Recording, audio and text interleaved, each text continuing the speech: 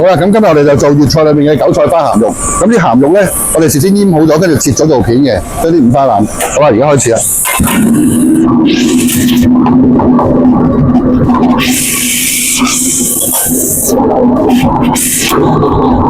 好，而家我哋咧煸咗啲韭菜花先，俾少油落去，少少水。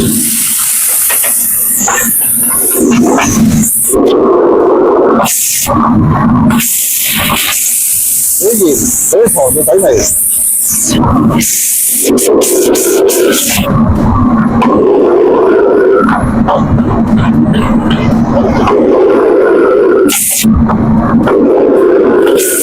好啦，得㗎啦，好快熟㗎啦啲韭菜花。跟住我哋掘個窿。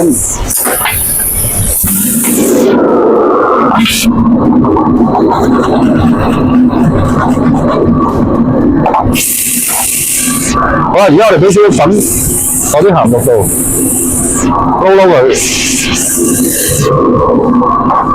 跟住咧，我哋燒紅對鑊，俾啲油落去煎咗佢。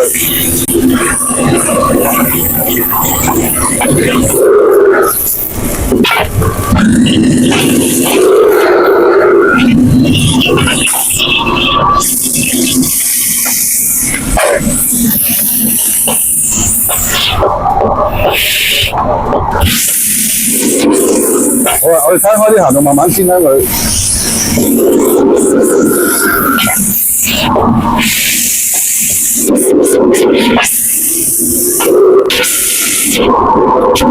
好啦，煎到佢有啲金黃色咧，有啲焦咧就可以啦。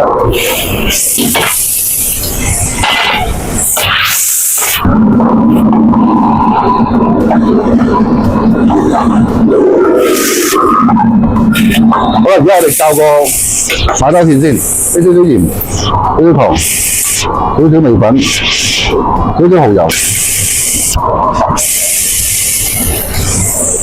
跟住俾少少生粉水。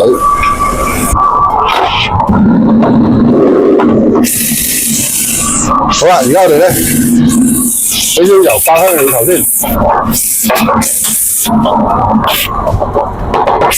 俾啲韭菜花落去，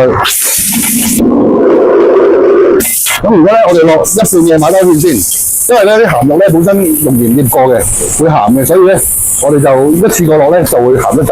好啦，咁我哋落咗一半嘅馬兜芡咧，就可以將啲鹹肉擺埋落去，再落埋另外一半。好啦，跟住我哋最尾落半啲麻油，攤開佢攞鑊氣。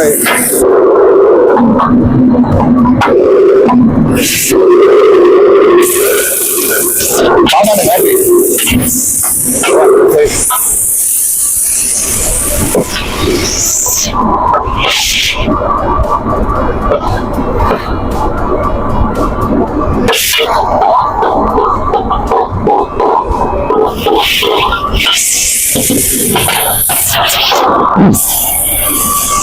好啦，咁韭菜花鹹肉就做好啦。咁我哋個五花腩咧係用一條，跟住用鹽醃咗佢，跟住切片啦。